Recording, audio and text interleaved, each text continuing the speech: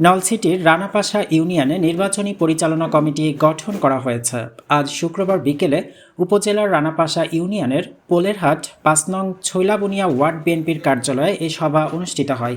এতে সভাপতিত্ব করেন রানাপাশা ইউনিয়ন বিএনপির সভাপতি মোহাম্মদ মুজিবুর রহমান হাওলাদার।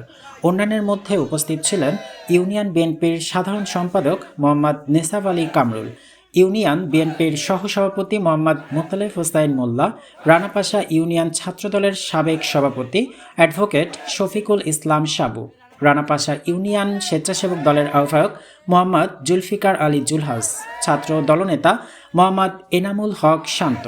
আলোচনা সভায় সবার সম্মতিক্রমে ছৈলাবুনিয়া মডেল সরকারি প্রাথমিক বিদ্যালয়ের নির্বাচনী পরিচালনা কমিটির ৩ সদস্য বিশিষ্ট উপদেষ্টা কমিটি গঠন করা হয়।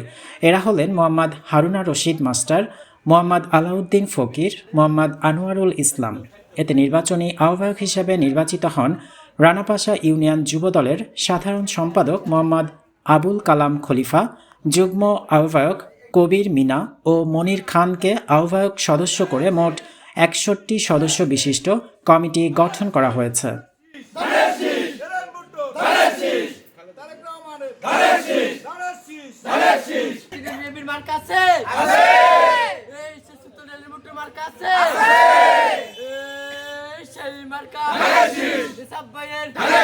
মজিবার ভাইয়ের, হাবু ভাইয়ের, শান্ত ভাইয়ের, কায়ুম ভাইয়ের।